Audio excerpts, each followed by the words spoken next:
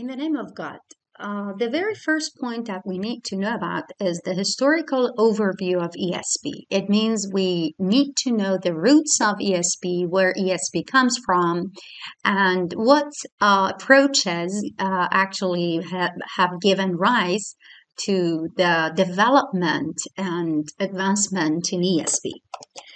The very first point before we start talking about the roots is answering this question. What is your perception of ESP? What is your understanding of ESP? Actually, our perceptions of ESP can make the realm of ESP much more clear for us. So the way we perceive ESP, the way we understand English for specific purposes, and the way we define it for ourselves depend on our knowledge, on our understanding of what ESP course is like, or how an ESP course is offered to a group of students. English for specific purposes, or for short form, we call it ESP, can be divided into two broad categories. English for academic purposes, which is actually abbreviated as EAP, and English for occupational purposes, the short form is EOP. So these are two major branches of ESP: EAP, English for academic purposes, and English for occupational purposes, EOP. But English for academic purposes by itself is divided into two categories. So English for academic purposes actually is a name which is given to the course in which English is presented to the students of different disciplines, different majors, different fields of study.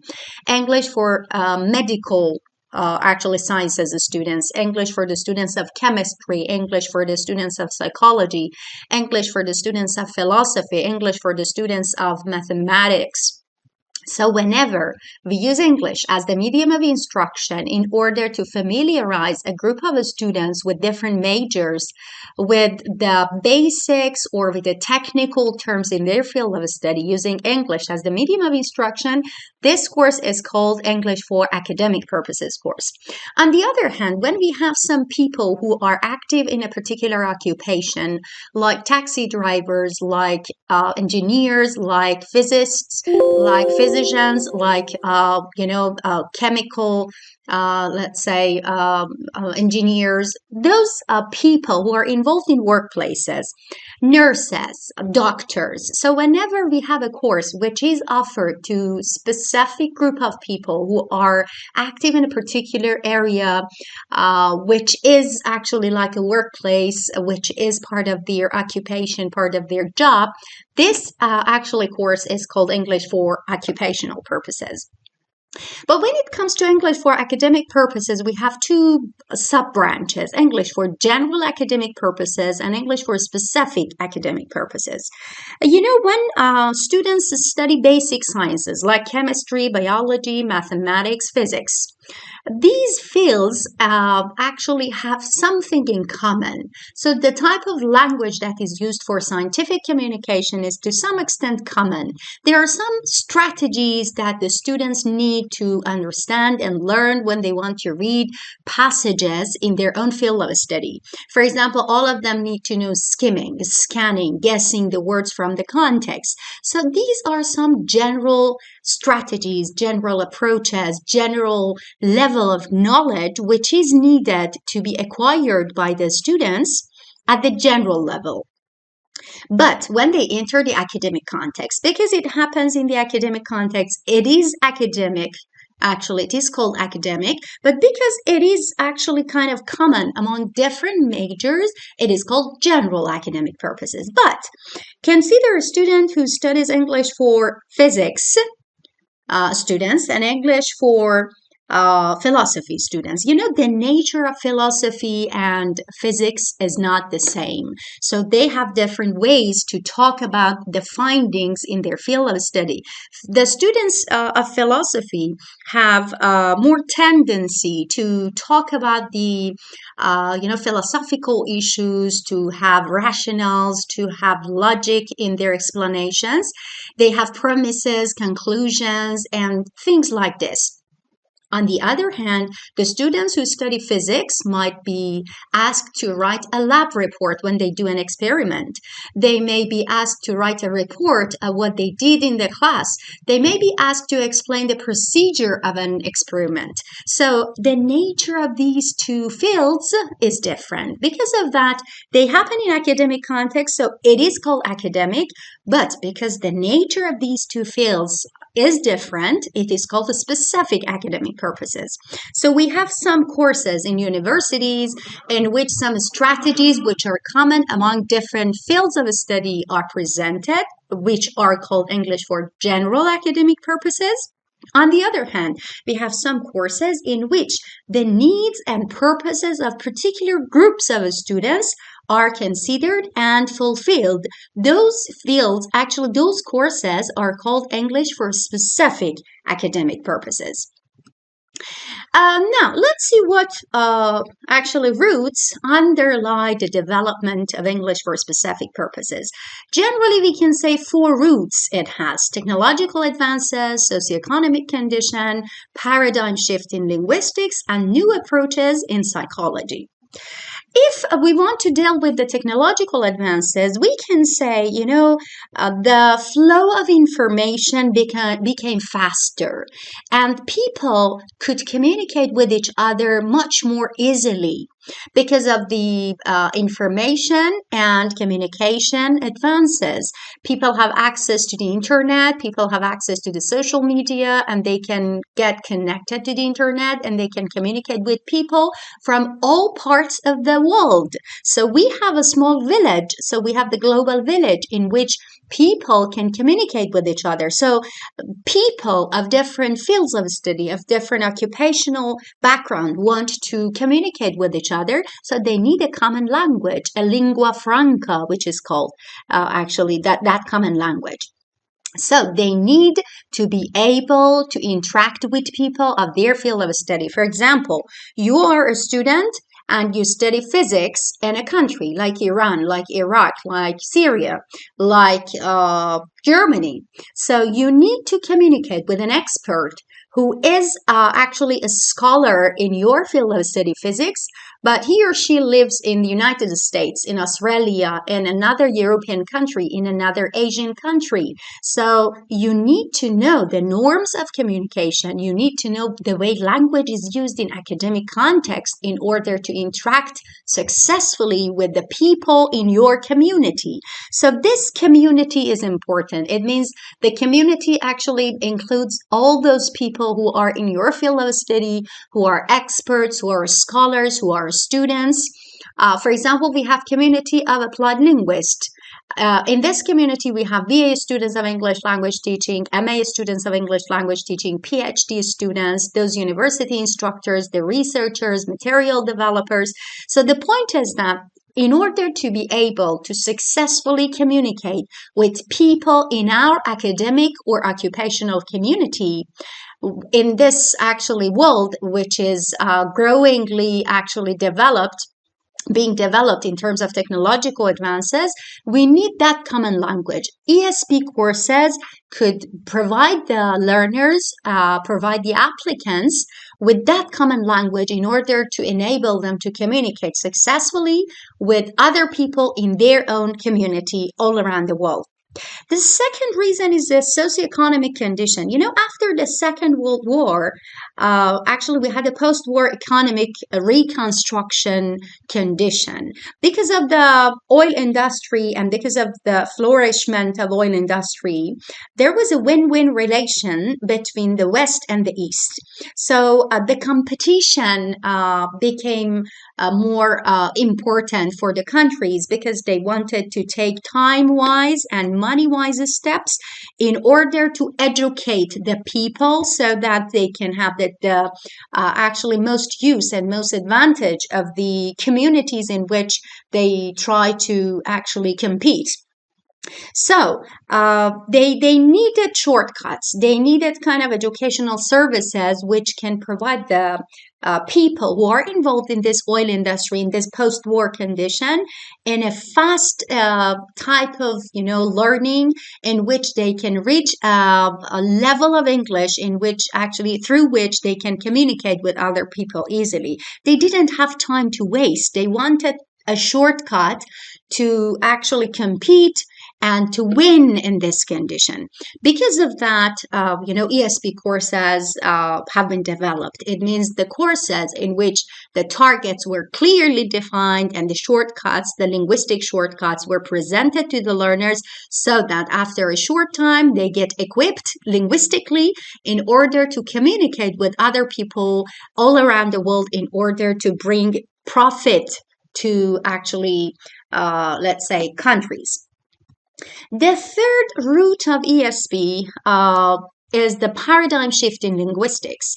Before 1970s, the dominant linguistic approach was related to what Chomsky actually said. Chomsky in linguistics and deeper structure in surface structure and just the structural elements were important.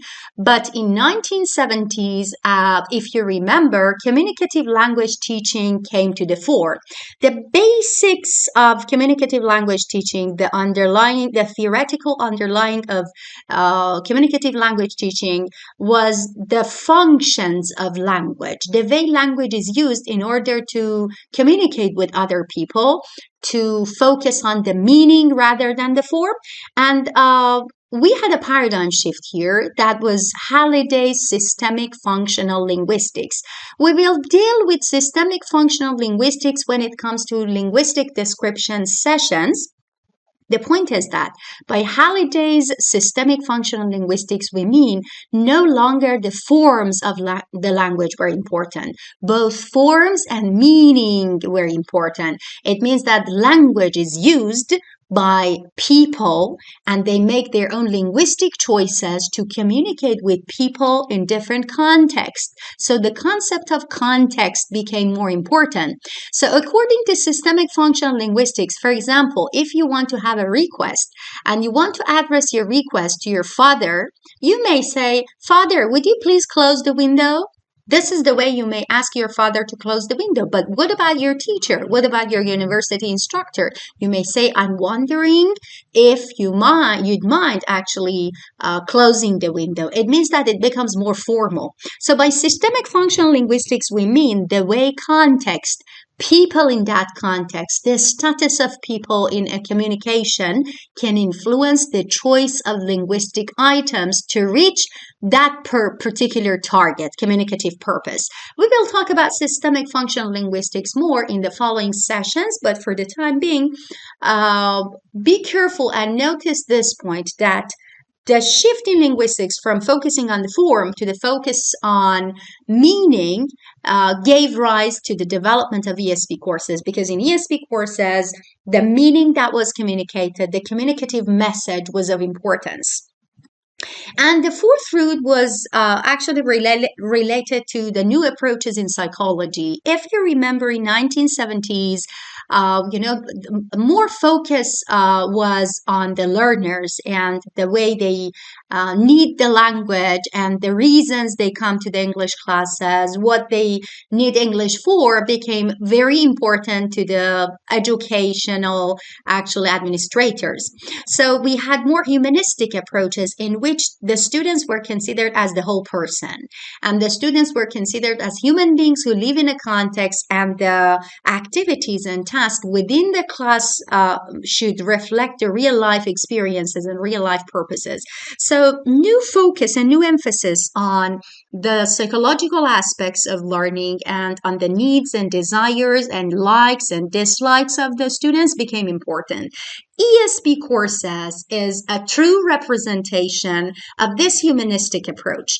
It means that in ESP courses, the material developers and the course designers are expected to consider particular and specific purposes of the people who are the learners in their mind into their actually into account in order to develop the most efficient courses in which the students can reach their goals, and they understand that their needs are being met during the course.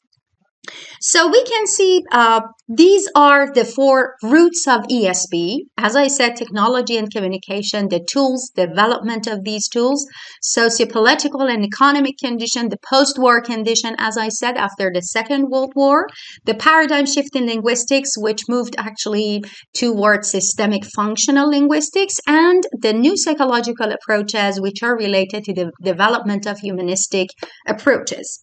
In addition to that, we need to know, before actually we move to other related concepts in ESP, we need to consider these 5 key issues because they are going to be frequently noticed and frequently used in different texts that you will study on ESP. The very first key concept is context. ESP courses are too much reliant on the context. The linguistic choices can vary across different formal and informal contexts, across different fields of study, across different occupational areas. I mean, the type of language that doctors use in the hospital actually is totally different from the type of language that taxi drivers use with each other. The type of language that the students use when they talk to each other about a particular technical term is totally different from the type of language that the teachers use in their community. Consider yourself as a teacher when you want to explain a concept which is technical, like communicative language teaching, to a group of MA students, your classmates. Of course, the type of language is totally different. Compare this with a situation in which you invite the parents of your students to school and you want to explain the approach you use in your class. You do not use technical terms to explain your approach to a group of parents because parents are not scholars in the field, because parents are not familiar with the technical issues related to our field of study. You try to use the type of language that is comprehensible to the parents, okay? So you use a non-technical level. This is what we mean by context. It means context is important, and context is actually defined in terms of different majors, different disciplines, different occupational areas, different types of audience that we have, and different types of tasks and texts that we use in order to address the needs of particular group of students who attend ESP courses. The second key issue is research.